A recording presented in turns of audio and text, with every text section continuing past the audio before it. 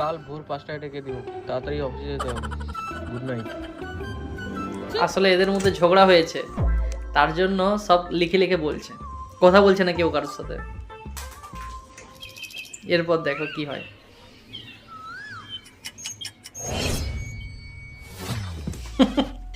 তুলে নি ওকে, লেট হয়ে গেছে।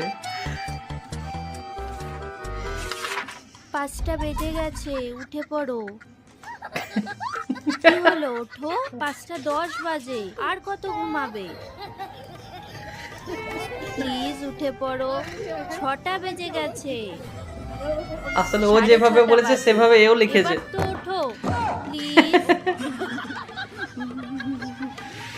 7টা বাজে, ওঠো না, এত ডাকছি শুনতে পাচ্ছ না? বলছে এত ডাকছি শুনতে পাচ্ছ না? এবার